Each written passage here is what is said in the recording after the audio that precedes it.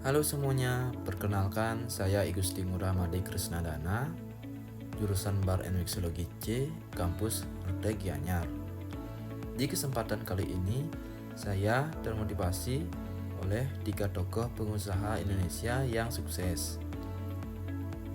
Yang pertama, yang memiliki perusahaan PT Dejarum, sekarang dengan foundernya dulu yang bernama Ouyuwi Guan, dan foundernya sekarang ialah anaknya sendiri yang bernama Robert Budi Hartono.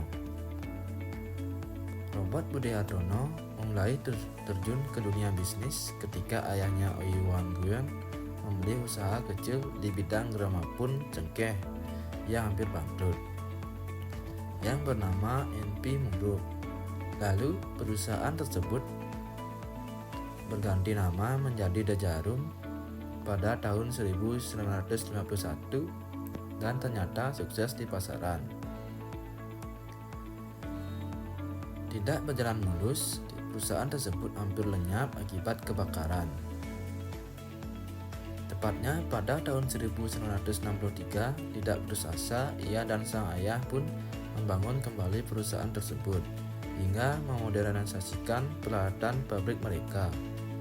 Di tahun yang sama, yakni pada 1963, sang ayah yakni Ouyuwi Guan meninggal dunia, sehingga bisnis Dejarum diwariskan kedua anaknya, yakni ke Robert Budi Hartono dan Michelle Bambang Hartono.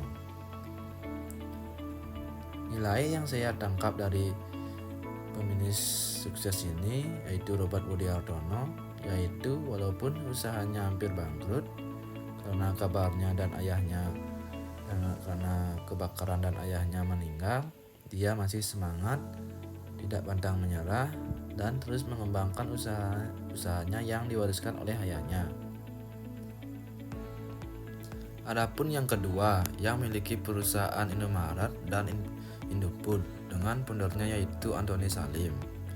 Meski pernah mengalami naik turun dalam usahanya, terutama pada krisis moneter 1998, Salim Group pernah terlilit utang sebesar 55 triliun.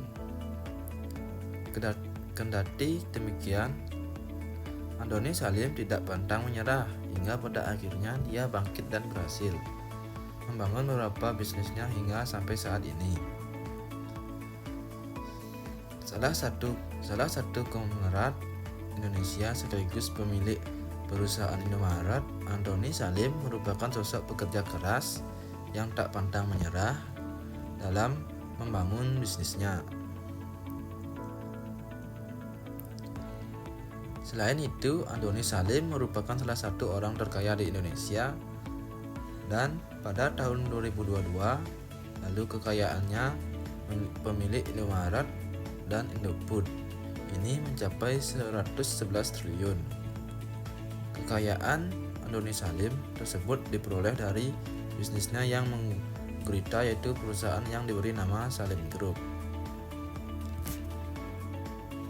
Nilai yang saya tangkap dari kisah inspiratif founder adalah meskipun usahanya sedang krisis dan banyak utang, dia tetap tidak pantang menyerah,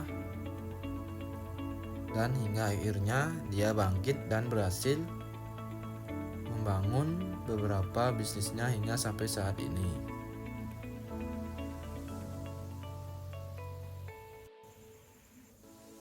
Dan yang ketiga, yang mendirikan Mayapada Group meliputi sektor penerbangan, properti, rumah sakit, media cetak, dan televisi.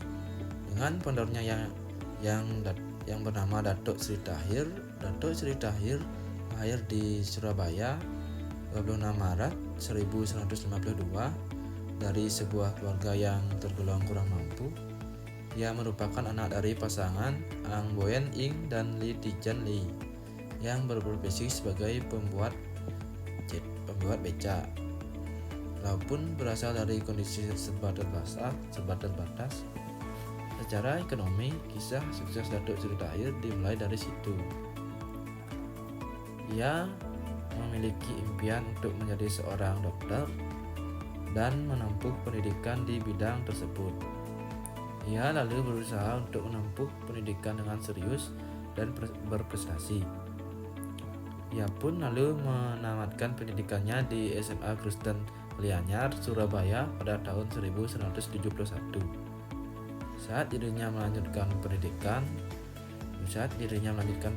kuliahnya di jurusan kedokteran, ayahnya Tahir jatuh sakit dan tidak sanggup untuk membiayai keluarganya. Ia pun melanjutkan usaha ayahnya tersebut untuk menyambung hidup keluarga.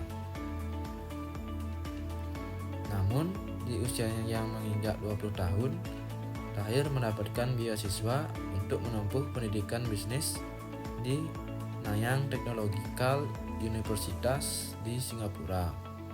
Sambil menempuh pendidikannya, Datuk Sri Tahir juga membeli barang-barang yang didapatkan di pusat perbelanjaan Singapura seperti pakaian wanita dan sepeda, lalu menjualnya di Indonesia.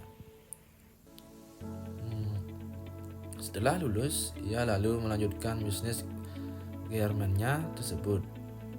Bisnis garmennya cukup membuahkan hasil dan di usia 35 tahunnya ia melanjutkan pendidikannya di Golden Gate University, Amerika Serikat di bidang keuangan.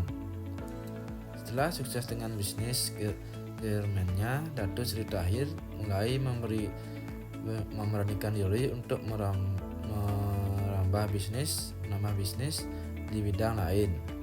Ia pun akhirnya mendirikan Mayapada Group pada tahun 1986.